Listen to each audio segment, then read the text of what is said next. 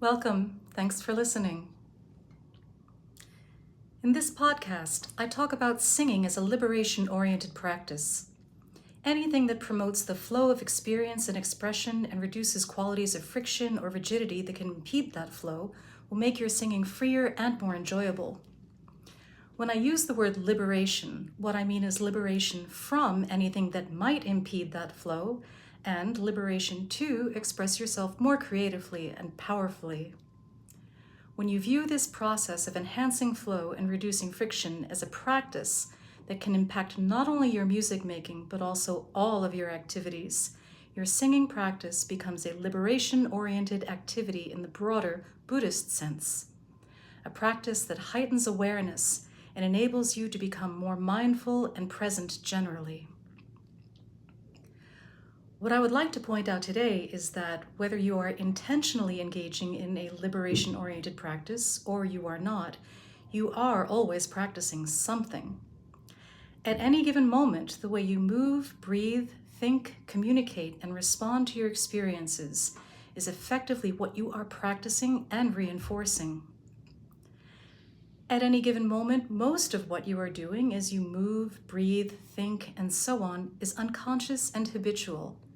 This is the way it is for all of us, and there is nothing wrong with that. It's the way we function. Our movements, feelings, and thoughts are complex and interrelated, and we cannot be conscious of all of them at one time.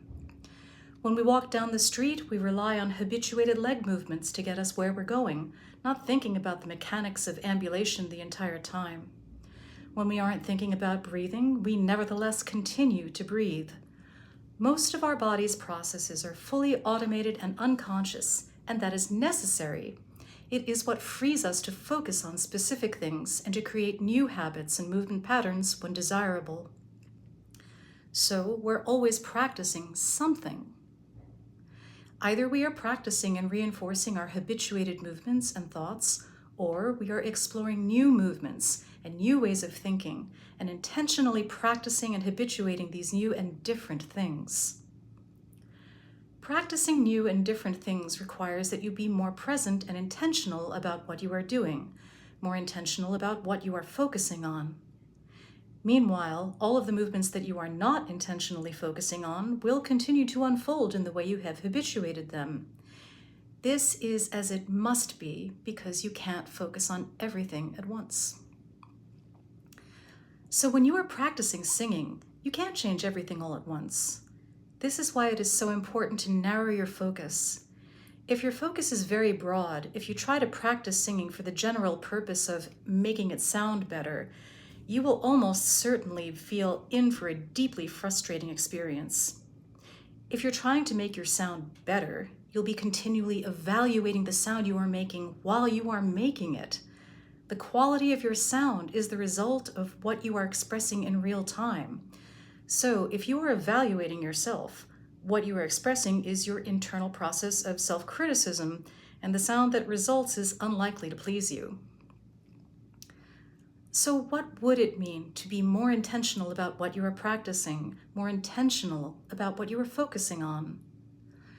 Singing is an activity that you engage in real time. Where an activity as complex as singing is concerned, most of the movements involved need to be habituated, and so does the coordination between these habituated movements, so you don't have to think about them, like when you walk down the street without thinking about your legs. This means habituating movements related to breathing, movements related to vocal fold vibration and pitch change, movements related to the creation of resonance, and movements related to articulation. Anything you wish to change about any of these movements, you need to intentionally narrow your focus to what it is that you wish to change, while all of the movements that you are not intentionally focusing on continue to unfold in the way you have already habituated them. Suppose you're working on a phrase that includes a sustained high note, and you notice that when you sing the high note, you experience a sense of tension in your throat and hear a quality of resonance that sounds comparatively shallower or duller than lower pitches had. You will have a far more successful practice session if you investigate and work on what is going on in your throat and what is going on with your resonance separately from each other. See if you can detect what exactly is tensing in your throat. where you feel it, when it starts. When you sing this high note, how do the sensations in your throat differ from when you are singing a lower note? Do you detect movements and sensations elsewhere in your body that seem related? Try to focus on the movements and sensations that you notice, rather than the sounds that result. In the end, whenever you feel tense somewhere, it's because you're tensing. If you continue to tense in your throat when you sing a high note, you are actually practicing tensing in your throat when you sing a high note. If you'd like your throat to feel free on high notes, you have to find a way to practice keeping your throat relaxed when you sing your high notes. You may find at first that when you relax your throat, the high note just doesn't come out or it sounds weak, and that's okay. What that means is that there is additional coordination for you to develop and practice so that you can sing more fully on your high notes. But make no mistake, you will not develop free high notes by practicing with a tight throat. You will only reinforce the tightness because that is what you are practicing. You can similarly focus on the movements and sensations related to your resonance. When you sing the high note, ideally with your newly relaxed throat, even if you don't love the sound, how does your sense of the resonance space and quality differ from when you are singing and resonating a lower note? Do you detect a sense that you are hitting a ceiling? Are you compensating for it by trying to open your jaw wide and spread your lips sideways? What might create a more expansive sense of your internal resonance so that you can find the space you are looking for while allowing your jaw and lips to stay relatively relaxed? Again, try to focus on the movements and sensations that you notice, rather than the sounds that result. If you feel like you're hitting a ceiling, that felt sense is something you are creating inside your own body. So yawn, stretch it out, and explore some other options.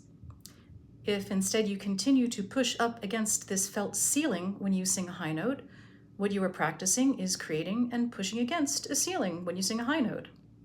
So explore what might happen when you create more internal resonance space and relax your jaw and lips, being mindful that you won't know what that feels or sounds like until you experience it. There is some new coordination for you to discover, develop, and practice that will enable you to resonate your high notes more fully. You will not develop full resonance for your high notes by continuing to sing in a way that makes you feel like you are hitting a ceiling, because when you sing in a way that makes you feel like you are hitting a ceiling, that is what you are practicing. Tightness in the throat and a sense of hitting a ceiling are two very common things that singers experience when working on high notes. The marvelous thing, in my experience, is that if you can explore each of these phenomena separately, so you become capable of really going for a high note while keeping your throat relaxed and experiencing a sense of internal expansion of your resonance space, the result may be a surprisingly free, full high note. When you worked on these issues separately, the resulting sound may not have been at all pleasing to you. But developing new, freer, more intentional coordination in both areas may be exactly what leads to your having the quality of experience you desire on your high notes, as well as the quality of your sound. Thanks again for listening. If you would like support for narrowing your focus to learn or fine-tune the individual components of your singing technique, please consider enrolling in my Vocal Fundamentals self-guided course. I am currently offering a 20% discount on the course through the end of November, and you will find links with details about the course and how to enroll in the episode description.